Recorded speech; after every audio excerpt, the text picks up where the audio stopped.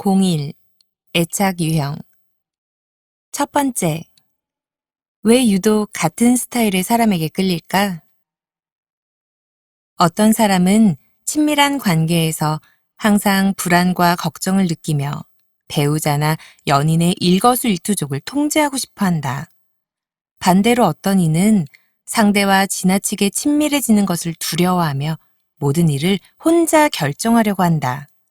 그런가 하면 서로 독립성을 지키면서 적절히 의지하고 도우며 상호 보완적인 관계를 유지하는 사람도 있다. 심리학자는 상대방과의 이러한 상호작용이 사실 어린 시절 양육자, 주로 부모와 맺었던 상호작용 모델의 투사라고 보았다. 영유아기의 부모와 상호 신뢰, 즉 애착을 형성했던 방식이 성인이 된 이후 상대방과 친밀 관계를 맺는 일종의 틀로 자리 잡는다는 것이다. 이런 틀 안에서 우리는 무의식적으로 자신이 익숙하면 안전하다고 느끼는 방식, 다시 말해 부모와 해오던 상호작용 방식대로 상대방과 관계를 맺는다. 예를 들어 어린 시절 양육 태도가 일관되지 않고 변덕스러운 부모 밑에서 자란 사람은 불안감과 긴장도가 높고 통제 욕구가 강하다.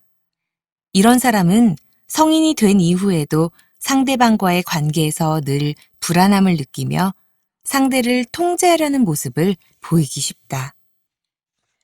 또한 이 틀은 우리가 특정한 사람에게 끌리는 원인이기도 하다. 어린 시절 부모가 변덕스러웠던 사람은 어른이 되어서도 무의식적으로 자신을 변덕스럽게 대하는 사람에게 끌린다.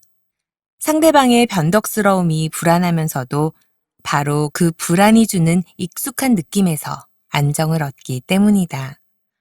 새로운 연인을 만나도 계속 비슷한 갈등 상황에 빠지는 이유도 여기에 있다.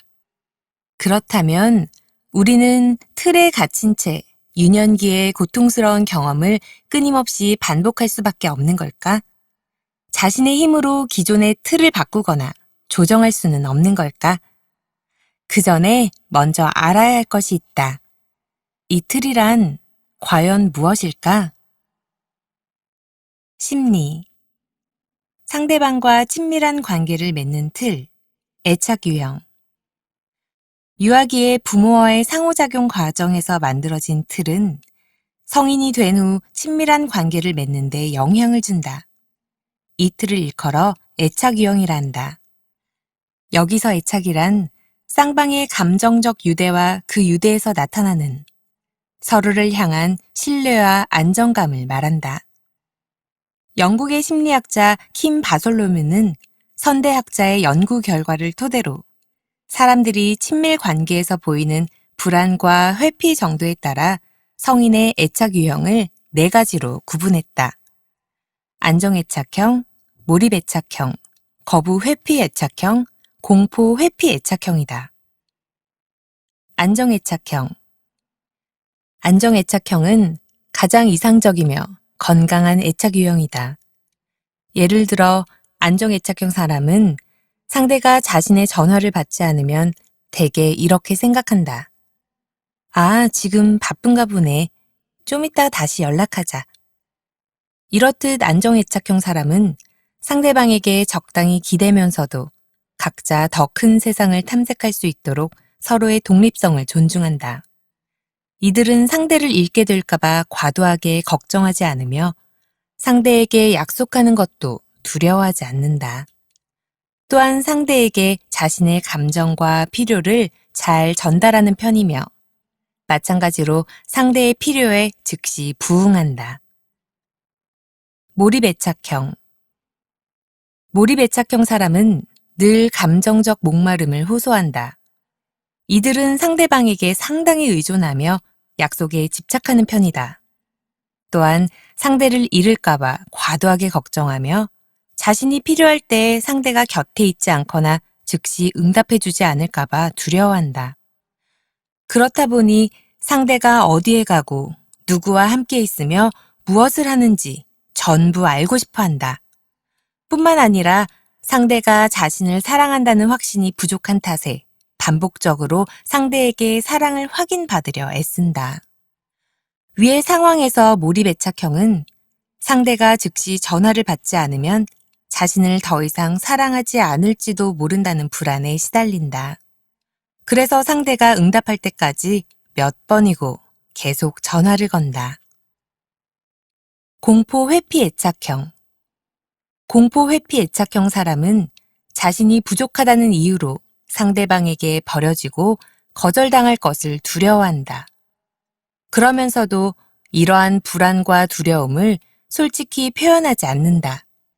대신 스스로 멀어지고 주로 냉담해지는 쪽을 선택한다. 냉담함을 선택하는 것은 냉담함 이외에 다른 감정을 드러내는 자체를 수치스럽다고 생각하기 때문이다. 그 탓에 드라마틱하고 기복이 심하며 만남과 헤어짐을 반복하는 관계에 빠지기 쉽다. 상대가 전화를 받지 않는 상황에서 공포 회피 애착형은 몰입 애착형처럼 불안함을 느끼지만 겉으로는 전혀 티를 내지 않고 오히려 어떻게든 심적으로 상대와 멀어지려 애쓴다. 그러다 상대가 전화를 걸어오면 냉담하게 굴고 상대가 화가 났냐고 물으면 절대 아니라고 딱 잡아댄다. 거부 회피 애착형. 거부 회피 애착형 사람은 상대에게 자기 감정을 솔직히 드러내지 않으며 상대도 자신에게 감정적으로 의지하거나 정서적 위안을 구하지 않기를 바란다. 상대와 더 깊은 관계가 되기 위해 시간을 투자하는 데도 인색하고 버림받을까봐 두려워하지도 않는다. 그 탓에 이들은 불성실하고 친밀도가 떨어지는 연인으로 평가되며 표면적 친밀 관계를 맺을 확률이 높다. 이런 애착 유형의 사람은 상대가 전화를 받지 않아도 별 상관없다는 태도를 보인다. 상대가 습관적으로 전화를 받지 않으면 사랑이 식었다고 생각하기보다는 자신을 조종하고 관심을 끌려는 의도가 있다고 판단해서 더 이상 먼저 연락하지 않는다. 애착 유형을 결정짓는 핵심 요인. 연구에 따르면 성인이 된 이후 애착 유형을 결정짓는 핵심 요인은 어린 시절 경험한 양육자의 태도다. 안정 애착형. 주 양육자. 주로 부모가 영유아기부터 아이의 필요에 민감하고 효율적으로 반응하며 일관된 양육 태도를 보인 경우 아이는 불안을 훨씬 적게 느끼며 타인과 친밀한 관계 맺기를 두려워하지 않는 어른으로 자라게 된다. 안정 애착형 사람이 되는 것이다. 몰입 애착형. 주 양육자의 양육 태도가 일관적이지 않고 변덕스러울수록 몰입 애착형이 될 가능성이 높다. 부모가 자신의 욕구를 어느 때는 만족시켜주고 어느 때는 무시하는 경험이 쌓이면 아이는 자연히 부모가 계속 곁에 있을지 불안해하고 자신의 욕구가 언제 좌절될지 몰라 두려워하게 된다. 부모가 자신의 요구에 즉시 반응하기를 간절히 바라고 버려지고 무시당할까봐 겁을 내며 부모에게 더욱 집착하는 모습을 보인다. 공포 회피 애착형. 어렸을 때 주 양육자에게 적절한 반응과 보살핌을 얻지 못하고 지속적으로 무시와 냉대를 당한 사람은 타인과 가까워지거나 친밀해지기를 기피하는 경향이 강하다. 또한 부모에게 무시당한 경험은 이들에게 수치의 감정으로 남아 자존감을 크게 떨어뜨린다. 자신은 부족한 사람이기 때문에 좋은 대우를 받을 자격이 없으며 무시당해도 어쩔 수 없다는 생각에 사로잡히는 것이다. 이런 사람은 공포 회피 애착형이 될 가능성이 매우 높다. 거부 회피 애착형. 똑같이 주 양육자에게 무시와 냉대를 받았어도 자신이 아닌 부모에게서 원인을 찾을 때 거부 회피 애착형이 형성된다. 즉, 자신이 무시당한 것을 모두 부모의 잘못으로 돌리고 이 경험을 분노의 감정으로 기억하는 것이다. 이런 경우에는 부모에게 의지하고 싶은 감정을 철저히 억누르며 독립적이고 냉소적인 모습을 보인다. 또한 의식적으로 감정 자체를 봉인하는 방향으로 나간다. 감정을 느끼고 나서 대처하는 쪽이 아니라 감정을 철저히 억제해서 아예 느끼지 못하는 쪽으로 방어 기제가 발달하는 것이다. 심리학자들이 주목하는 쟁취한 안정감. 그렇다면 애착 유형은 바꿀 수 없는 것일까? 여기까지만 봐도 알 수 있듯이 어린 시절 부모와의 관계에 영향을 받아 형성된 애착 유형 중 안정 애착형을 제외한 나머지 유형은 성인이 된 후에도 상대방을 진심으로 신뢰하지 못하면 친밀 관계에서 안정감을 느끼지 못한다. 상실을 두려워한 나머지 상대에게 지나치게 의존하거나 반대로 지나치게 거리를 두는데 어느 쪽이 됐든 건강한 친밀 관계를 맺는데 어려움을 겪기 마련이다. 그렇다면 우리는 불안정한 어린 시절이 남긴 불안정감에서 영영 벗어날 수는 없는 것일까? 결론부터 말하자면 전혀 그렇지 않다.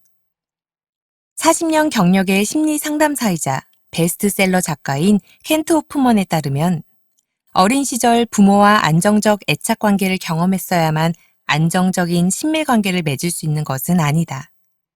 과거에는 한 사람이 하나의 애착 유형에 속하며 나이가 들수록 점차 고착된다고 보았다. 그러나 최근에는 점차 더 많은 연구자가 한 사람에게 여러 애착 유형이 동시에 나타날 수 있으며 얼마든지 변할 수 있다는 관점에 동의하는 추세다. 연구에 따르면 한 사람의 애착 유형은 불안과 회피라는 두 축이 만들어낸 좌표상의 한 지점에 자리한다. 다시 말해 어떤 사람은 특정한 한 가지 애착 유형이 아니라 서로 다른 두 가지 애착 유형의 교차점에 있을 수도 있다는 것이다. 일례로 불안성은 높으나 회피성이 적당한 경우는 몰입 애착형과 공포 회피 애착형을 모두 보일 가능성이 있다. 살면서 어떤 경험을 하고 감정이 어떻게 변하느냐에 따라 우리 자신이 느끼는 불안과 회피감은 얼마든지 변화할 수 있으며 애착 유형 역시 그에 따라 변할 수 있다. 2001년 미국 심리학자 앤 루볼로를 위시한 연구팀은 커플 301쌍의 연애 과정을 추적 조사했다. 피실험자들은 먼저 애착 유형과 갈등 회피 수준 평가를 받았고 그로부터 5개월 뒤 현재 관계의 상태를 알리고 애착 유형 평가를 다시 받았다. 그 결과 5개월 사이에 관계가 깨지거나 헤어진 피실험자는 남녀를 불문하고 모두 불안정형 쪽으로 기울었다. 반대로 재결합을 경험한 경우에는 안정형에 더 가까워졌다. 그러나 연구팀은 재결합과 안정 애착형 사이에 상관관계가 있다는 것만 확인했을 뿐 인과관계는 증명하지 못했다. 이는 애착 유형이 개인의 경험에 따라 변할 수는 있지만 재결합된 관계가 안정 애착형을 만드는데 반드시 더 유리하다고 볼 수는 없다는 뜻이다. 또한 최근 몇 년 사이 심리학자들은 쟁취한 안정감에 주목하기 시작했다. 쟁취한 안정감이란 어린 시절 부모와의 상호작용에서 안정 애착을 얻지 못한 사람이 성인이 된 후 스스로 노력해서 안정 애착형이 된 경우를 이른다. 실제로 연구 결과에 따르면 자기 노력으로 안정감을 쟁취한 사람은 친밀한 관계에서 느끼는 만족도가 어려서부터 안정애착형이었던 사람 못지않게 높았다.